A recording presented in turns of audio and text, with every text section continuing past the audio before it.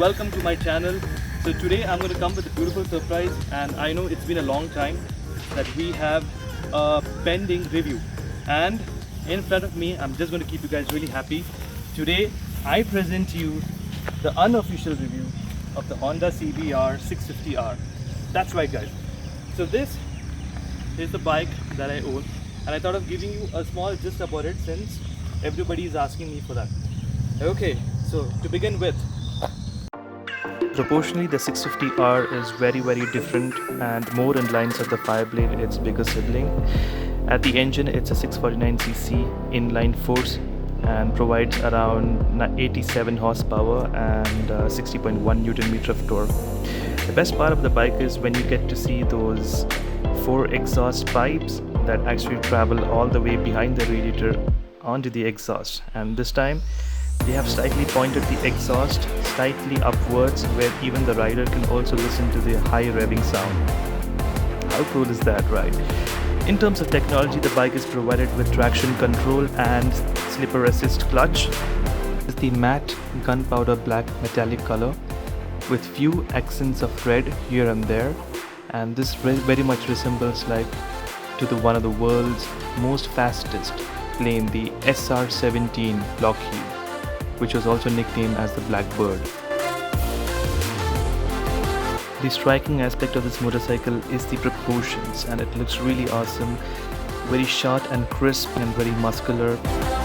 The suspension duties are taken care by the Showa SFF 41mm forks, and at the rear it is a regular 10 set preload suspension, and according to the factory setting, it's usually on a softer side, which is very comfortable for city as well as highway touring. Braking is taken care by radial calipers, which is around 310mm disc in the front by Nissan, and again the rear is on a 280mm disc with ABS as standard.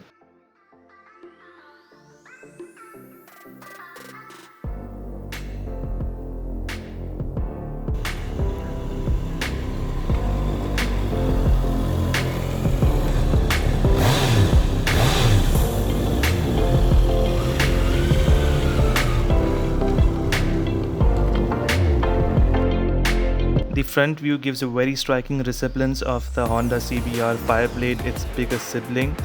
It has similar kind of LED headlamps.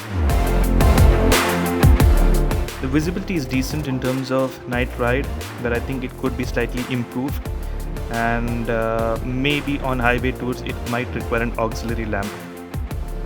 Apparently there are 6 bulbs, out of which 4 are for the regular normal lamps and 2 for high beam. Coming to the rear, it has again a set of LED tail lamps, which is also very beautifully designed and also partially inspired from the existing Fireblade, its bigger sibling.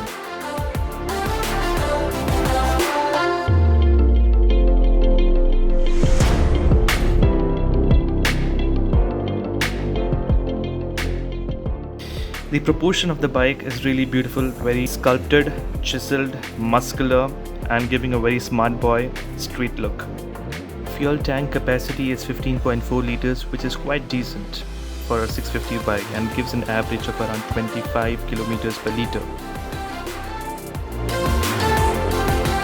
The CBR gets an all-new TFT screen, which is very helpful, especially when you have to ride the motorcycle on bright sunlight. It provides a lot of information, gear shift indicator, engine temperature, RPM meter, and lots more. So I'll just show you how this thing sounds like. Let me turn on the key. Alright. So apparently it's in first gear.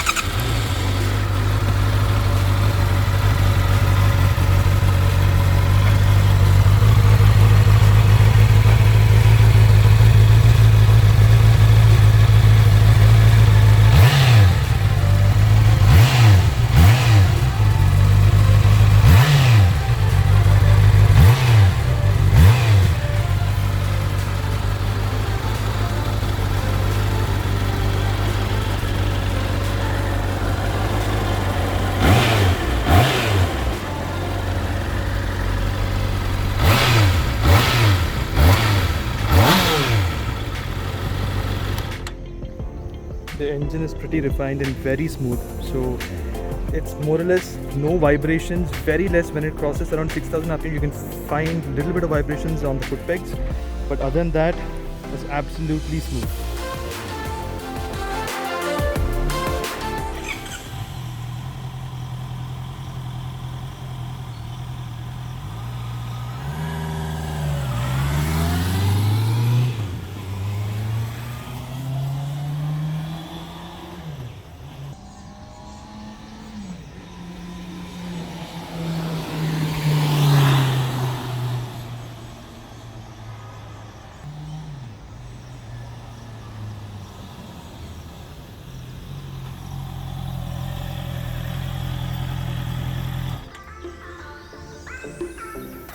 That was awesome.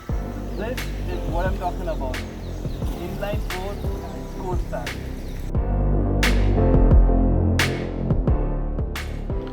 The bike comes with a Dunlop Sport Mac tire, and the front section being 120 and the rear section being 180. It takes some time to get hot, but once it is as good as any go-kart tire.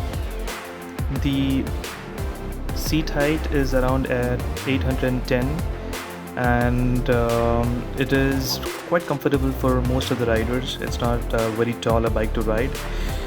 Even the seat quality, it looks a little aggressive, but it's very soft, and of course to a certain distance or to a certain kilometer, but maybe for a longer ride you might have to consider a foam seat or secondary option. This time it gets a lighter frame as compared to the F, and it loses around 6 kgs, bringing down to 210 kgs of weight. The heat management is very phenomenal because being a faired bike, it still has a lot of vents that helps the heat escape and sweep to the rear end of the motorcycle. So hope you guys like this video, and there's more to come. Like I said, this is an unofficial a preview about my opinion about this particular bike, and to give you a gist about what are the specs of this bike.